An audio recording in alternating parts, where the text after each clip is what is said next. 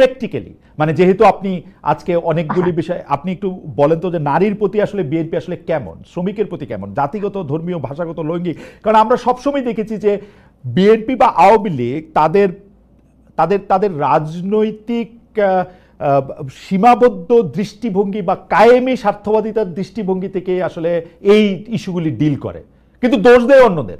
Interesting. কিন্তু দেখুন, আমি আপনাকে শুরুতে বলছি যে everything is political, nothing is outside politics. তো এই দৃষ্টিকোণ থেকে যদি আপনি দেখেন নারীর ব্যাপারে বিএনপি কি ধরনের মনোভাব পোষণ করে, আমি আমার নিজের ব্যক্তিগত অভিজ্ঞতায় আপনার সাথে শেয়ার করি। ধরুন, আমার আমার দল যখন 2018 সালের নির্বাচনে গেল, আমার যে কনস্টিটুয়েন্সি ব্রাহ্মণবাড়িয়ায়, সেই কনস্টিটুয়েন্সিতে আগের 7 বারের এমপি ছিলেন।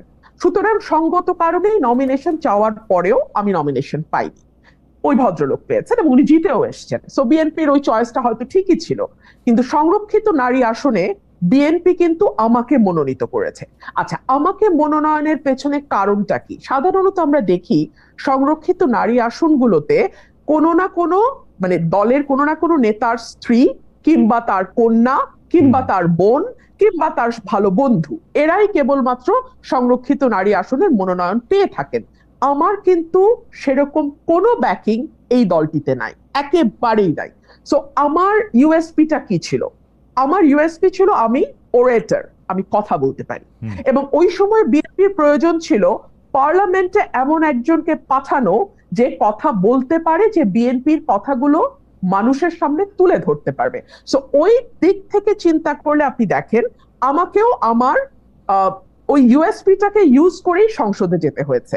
আপনি যদি এটাকে আরো ব্রডার পার্সপেক্টিভে আমরা দেখি, ফর এক্সাম্পল জেনারেল নমিনেশনের ক্ষেত্রে, খালেদ ভাই, আমি এখন যদি আমার দলকে দোষ দেই যে কেন তারা নারীকে আরো বেশি নমিনেশন দিচ্ছে না, কেন 50% নারী যেই দেশে, সেই দেশে, বা 53% সেই দেশে, কেন অন্তত 33% আসনে, ঠিক আছে, 33% আসনে আমরা সরাসরি নারী মনোনয়ন দেখছি না কেন জানেন?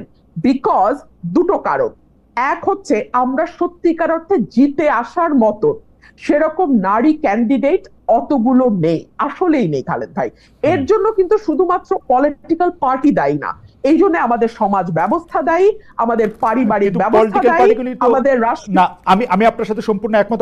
চমৎকার করে বলেছেন, কিন্তু পলিটিক্যাল পার্টিগুলির তো একভাবে না একভাবে লিড নেয়ার থাকে। এখন আমরা যত বেশি জামাত শিবিরের, এনসিপির বা আওয়ামী লীগের সমালোচনা করি, এটা না করার ক্ষেত্রে সেই সমালোচনাটা আসলে বিএনপির এগেইনস্টও আসলে করতে পারবো কিনা, বিএনপি মুখে যা বলে আসলে সেইটা প্র্যাকটিক্যালি তা করে কিনা। খালেদ ভাই, আমি কিন্তু মনে করি যে ডিসক্রিমিনেশন যেটাকে বলা হয় শুধুমাত্র নারী হবার কারণে, আমরা যদি এভাবে let's put it in this way, just because তুমি নারী সো তুমি ওই জায়গায় যেতে পারবে না, না, বিএনপি এটা বিশ্বাস করে না। কেন আমি বলি আপনাকে, আমাদের প্রত্যেকটা আসনে কিন্তু জরিপ হয় খালেদ ভাই, একটা দুটা না, কয়েকটা জরিপ হয়, দলের কয়েকটা জরিপ হয়, এজেন্সিগুলোর জরিপ হয়। এই জরিপের রিপোর্ট কিন্তু দলের একেবারে টপ পর্যন্ত যায়। আমরা যদি কনস্টিটিউয়েন্সিতে, ইভেন ধরেন আমি আমার ব্যাপারে বলতে পারি, আমি কনস্টিটিউয়েন্সিতে কতদিন পর গেলাম, কয়টা মিটিং করলাম, কোন কোন ইউনিয়নে মিটিং করলাম, কোনটাতে লোক কেমন হলো, এগুলোরও কিন্তু দীর্ঘ ফিরিস্তি দলের কাছে আমি জানার আগে চলে যায়।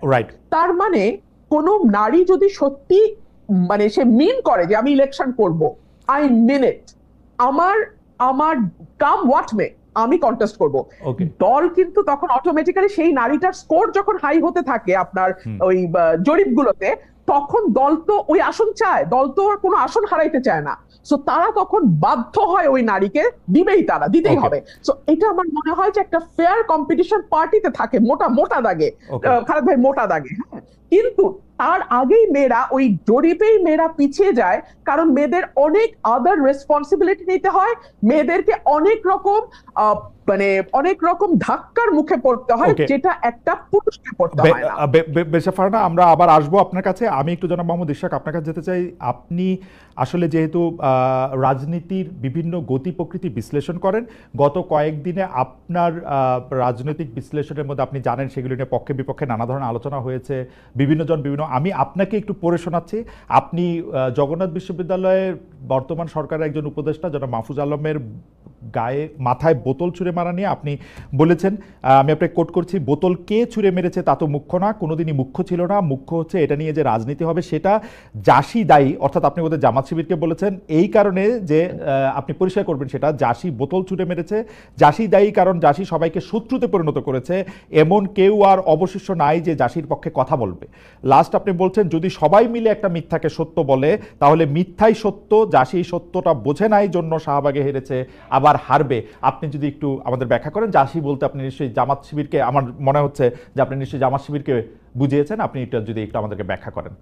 আর আমি একটু আপনার জন্য একটা ছোট্ট করে একটু বলি আমাদের দর্শকদের জন্য, যেই ছোট ছোট ক্লিপিংসগুলি দেখা যায়, আমি দর্শকদের অনুরোধ করব আপনারা দেখবেন যে এগুলি আমরা ঠিকানা থেকে আসলে এগুলি আমরা কখনো মানে একদম শর্টস যেগুলি আমরা করি সেগুলি বাদে অন্য অনেকগুলি জায়গা থেকে এইখান থেকে একটা কথা সেখান থেকে একটা কথা দিয়ে যেগুলি করা হয় সেগুলির সাথে কিন্তু আমাদের কোনো সম্পর্ক নাই, আপনারা নিশ্চয়ই এগুলি বুঝতেও পারেন। সেজন্য সাউন্ড বাইট বা এই জাতীয় জিনিসের ক্ষেত্রে আমাদের এই টকশোর কোনো উদ্দেশ্য থাকে না। জনাব মোহাম্মদ ইশরাক, আপনি যদি একটু বলেন আপনার এই বোতল ছুঁড়ে মারা রাজনীতিটা যদি আমাদেরকে একটু বলেন, জনাব মোহাম্মদ ইশরাক। আচ্ছা, তো বোতল ছুঁড়ে মারা নিয়ে যে বিষয়টা হলো, প্রথমে জগন্নাথ বিশ্ববিদ্যালয়ের ছাত্রছাত্রীরা তারা আন্দোলন করছিল, তাদের তিনটা দাবি ছিল, তিন দফা দাবি ছিল, সেই দাবিতে তারা আন্দোলন করছিল এবং আন্দোলন করার এক পর্যায়ে সেখানে একজন উপদেষ্টা তিনি আসলেন ছাত্রদের সাথে কমিউনিকেট করতে। তো তিনি যখন কথা বলছিলেন তখন সাংবাদিকরাও ছিল, তখন হুট করে একজন একজন বোতল ছুঁড়ে মারলো, পানির বোতল, প্লাস্টিকের, খানিকটা হয়তো পানিও ছিল, তারপর সেটা তার মাথায় যেয়ে লাগলো। তো এরপর তিনি সেখান থেকে চলে গেলেন এবং চলে যাওয়ার পর উনি ইনফরমালি এবং ইনডাইরেক্টলি এবং ওনার যে সংগঠন আছে, ছাত্র সংগঠন আছে, তারা ইনডাইরেক্টলি এবং ইনফরমালি ডাইরেক্টলি তারা এটাকে জামাত শিবিরের উপর ব্লেম করলো। আজকে আমরা জানতে পারলাম যে ছেলেটা হচ্ছে তাকে ডিবি কার্যালয়ে নিয়ে যাওয়া হয়েছিল, পরে সেই উপদেষ্টা তাকে ছাড়িয়ে নিয়েছেন অর সামথিং এরকম কিছু একটা হয়েছে। বাট গত কয়েকদিন, এক দুই দিন আপনার এই পুরো বিষয়টা জামাত শিবিরের উপর দায় চাপানোর একটা বিষয় ছিল।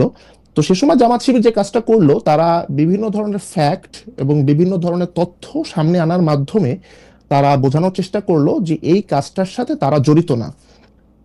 কিন্তু আমি যেহেতু অ্যান্টি ফাউন্ডেশনাল স্কুল অফ থটে বিশ্বাস করি এবং এসেনশিয়ালিস্ট নোশনের বাহিরে, তো আমি মনে করি যে আসলে রাজনীতি এইভাবে সত্য দিয়ে বা ফ্যাক্ট দিয়ে হয় না। এখানে পারসেপশন এবং ট্রুথ এই দুটো মিলেমিশে একাকার হয়ে যায়। 5ই আগস্টের পর থেকে বাংলাদেশে সবচেয়ে বাজে রাজনীতি করেছে জামাত শিবির, অথচ জামাত শিবিরের জন্য 5ই আগস্টের পর থেকে সবচেয়ে ভালো রাজনৈতিক ময়দান ছিল। আমার জন্মের পর থেকে সম্ভবত আমি কখনো, বা আমার বোধ বুদ্ধি হওয়ার পর থেকে আমি কখনো জামাত শিবিরের জন্য এত ভালো পলিটিক্যাল ফিল্ড কখনো দেখিনি।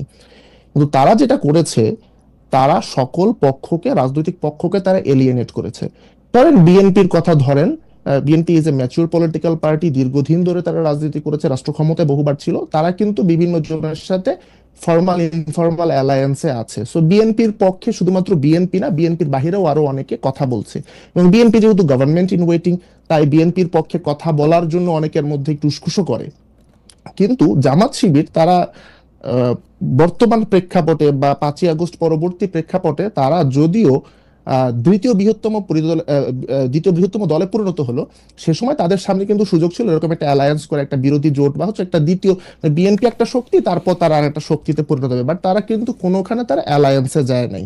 প্রথমে তারা এনসিপির সাথে পরকীয়া করেছে, কোনো ফর্মাল আন্ডারস্ট্যান্ডিং এ যায়নি, তারা কোনো লিখিত কোনো চুক্তি না, সামনাসামনি প্রকাশ্য কোনো জোটে না, কোনো কিছুতে যায়নি। এখন তারা অনেকে বিট্রেড ফিল করছে যে এনসিপি এখন আওয়ামী লীগ নিষিদ্ধ হওয়ার পর কেন জামাত শিবিরের বিরুদ্ধে ক্ষুব্ধ হলো। তো এই যে জামাত শিবিরের ভুল রাজনীতি, তারা কাউকে কারোর সাথে তারা গাঁটছড়া বাঁধে নাই, তারা কোনো কোয়ালিশন করে নাই, তারা কোনো অ্যালায়েন্স বিল্ড করে নাই, এর ফলে যেটা হয়েছে, জামাত শিবির রাজনীতিতে একা হয়ে গেছে। এখন সবাই জামাত শিবিরকে অ্যাটাক করছে এবং জামাত শিবির এটাকে ট্রুথ দিয়ে, সত্য দিয়ে মোকাবেলা করছে। জনাব ইশরাক আহমেদ, আপনার অনুমতি নিয়ে কি একটা প্রশ্ন করতে পারি, যে আপনি কি ওই দুইটা ঘটনা মাথায় রাখতেছেন, যে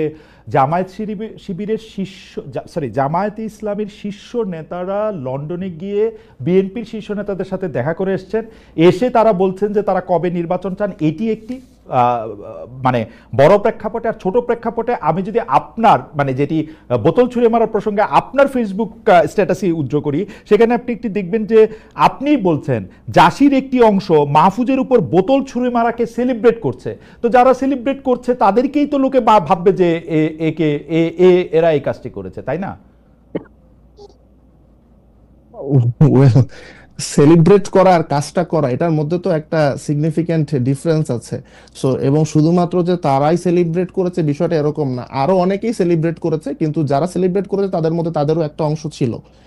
সো কিন্তু এই যে কেন, তো এই যে বাকিরা যারা সেলিব্রেট করলো তাদের প্রতি কেন তীরটা নিক্ষেপ হলো না, কেন সন্দেহের তীরটা তাদের দিকে কেন গেল না, কেন এদের দিকে গেল? এটা হচ্ছে আপনার তাদের পলিটিক্স। জি, আপনি ওইটাও যদি একটু বলেন যে আপনি এলিয়েনেটেড করছে জামাত ইসলামী সবাইকে বলছেন, কিন্তু আমি তো দেখতে পাচ্ছি যে জামাত ইসলামী তো